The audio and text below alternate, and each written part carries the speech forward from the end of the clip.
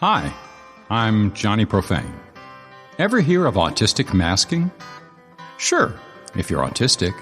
But if you love one, it probably confuses you. If you work with some, you see it every day and don't know it. But if you're wondering if you are autistic, well, this is going to sound strangely familiar and revealing. Autistic as Fuck Out Loud. Episode 6. Autistic Masking as Performance Art. Real talk, some weird. We're coloring outside the lines of textbook autism into related, unexplained mental phenomena.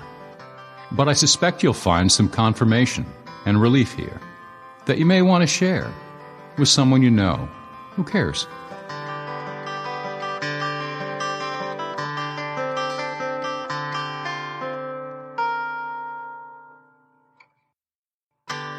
This time, it starts in a random conversation with a Twitter friend, an autistic mother of an autistic school kid.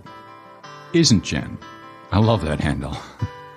Anyway, Isn't Jen and I are tweeting back and forth about elementary school, as in surviving it, autistically. To be precise, the bullying. Isn't Jen has a valuable perspective, both surviving it herself and caring for her son. She gets me thinking. So I bring up learning to dissociate, to disconnect in different ways from reality. Bullies in the schoolyard, bullies behind the teacher desks, and disappointed parents in the doorway, waiting at home. I've had this conversation before. I've heard a dozen different names for it, from dozens of different autists. Numbing out, tuning out, shutting down, putting on blinders, spacing out, sometimes mentioned along with masking. I suspect many of us dissociate. I suspect many of us don't know we do it. And I suspect many of us learn to feel shame and fear about our common behavior. Like we were taught to feel shame about rocking or humming, avoiding eye contact, being alone, lost in thought, overwhelmed, hyper-focused, intensely interested, communicating directly. These are autistic differences. But medical pros cannot help themselves. They use clinical-sounding names, deficiencies, disabilities, illnesses. My final thought on dissociation? Fuck this noise.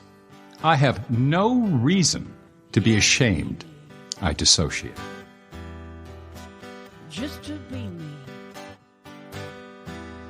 One odd autist's odd observation. Dissociation has this advantage. I've come to enjoy the sound of my own voice. I'd like to let you in on this peculiar personal joy. Let's begin with various things in my life have led me to a perpetual state of self-loathing. Can't stand to look in a mirror, can't easily look at photos of me. I can get the dry heaves watching videos. My voice, an overwhelming revulsion. But also, my life has led me to states of dissociation. Various methods, at first involuntary, of tuning out. Everybody dissociates to some degree. You might momentarily lose awareness of your surroundings or your internal sensations. Ever get lost in a book so deep you forgot to eat? Ever start a playlist in the car? Or say a podcast, only to find yourself pulling into the driveway with no memory of the trip? Ever been stunned into silence by sudden bad news and lost the thread of a conversation? Ever daydream, bored in school? Most of us zip in and out of mildly dissociative states. Like when we're bored, worried, entranced by something amazing, frightened by something dangerous. Mild dissociative states are natural. They help us cope with life momentarily. But painful experiences that scar us, traumas, can lead to severe dissociation, not momentary, not controllable. Not only are they not helpful, they make career or home life nearly impossible. And not all trauma comes from single extreme events, like rape or violence. Persistent abuses, like shaming, bullying, criticism, they also have damaging, life-changing effects.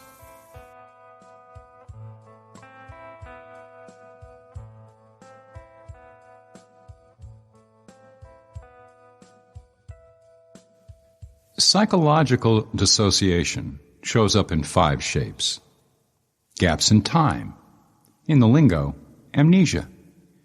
Feeling disconnected from body, thoughts, emotions. Depersonalization.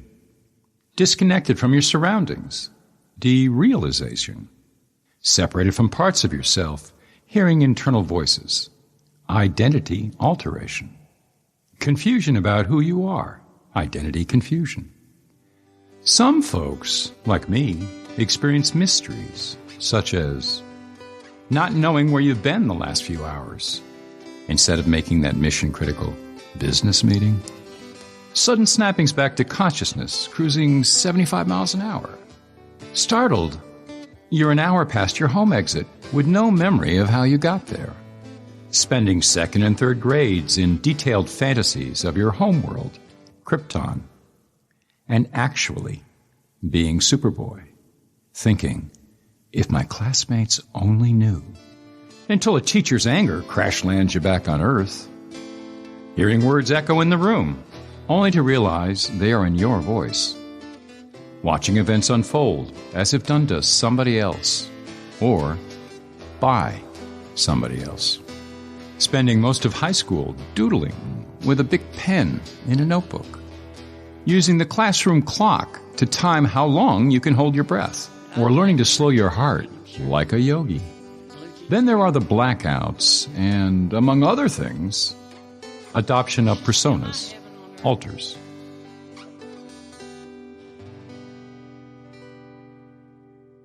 Besides autism spectrum disorder, we are frequently diagnosed with extramental or personality conditions, comorbidities, that may be influenced by being autistic.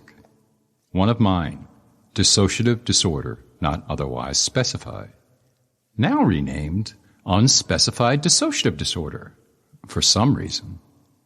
The psychiatrist issuing it told me that I met the old criteria for multiple personalities, but added that the diagnosis was no longer in fashion that year.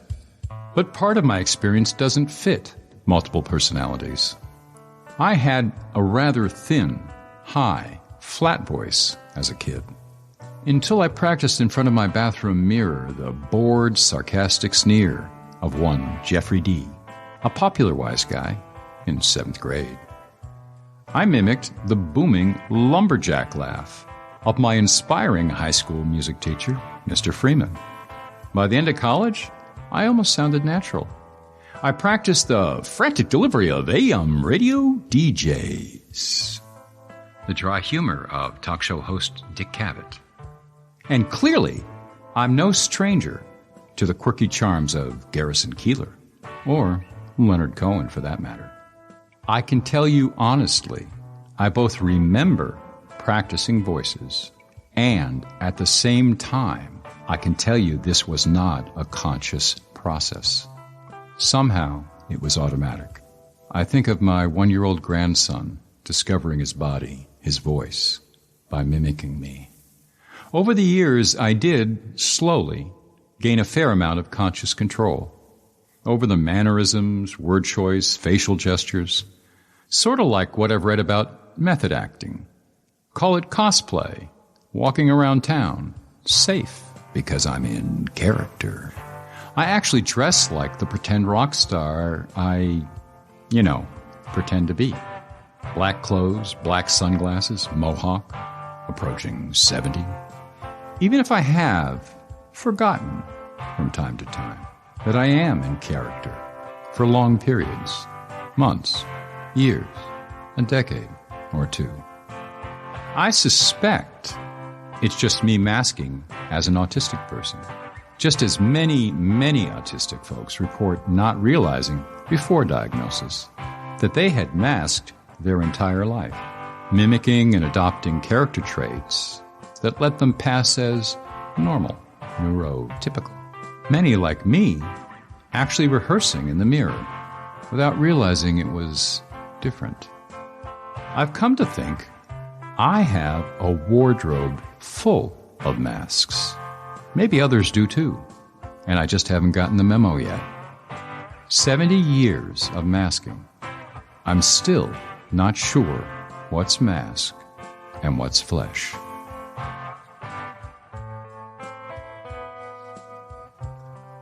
What has all that got to do with my voice?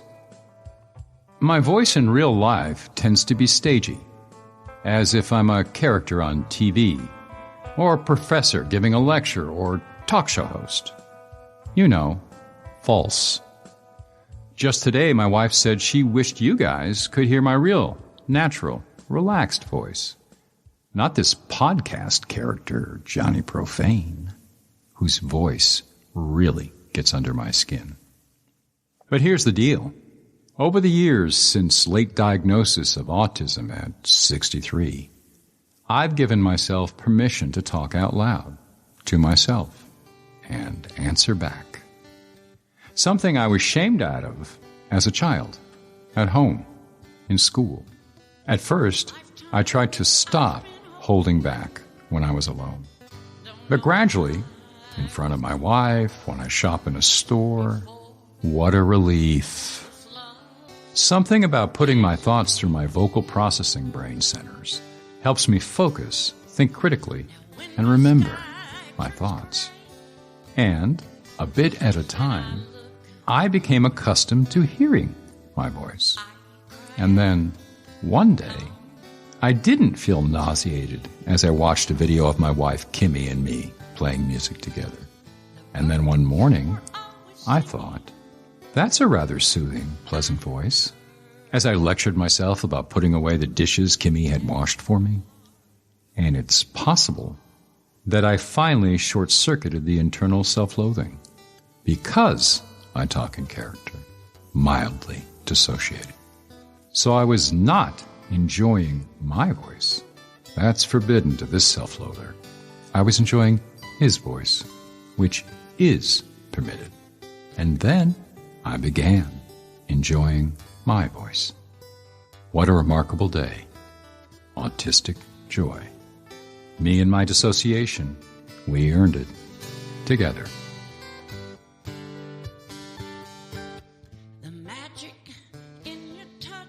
A special shout out to Isn't Jen for her insight and inspiration. Her Twitter feed is worth checking out. I love ferocious autistic moms who guard their autistic kids like tigresses.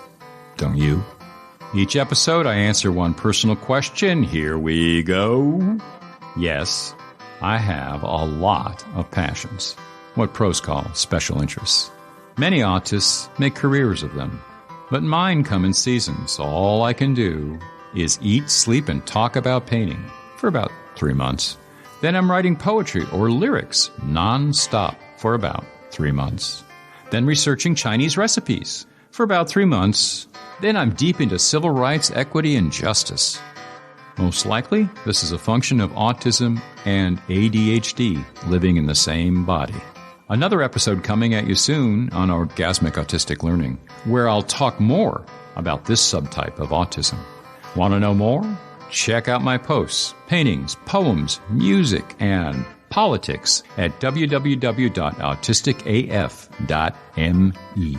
And if you enjoyed this episode, please share it on social media, or better yet, send it directly to a friend.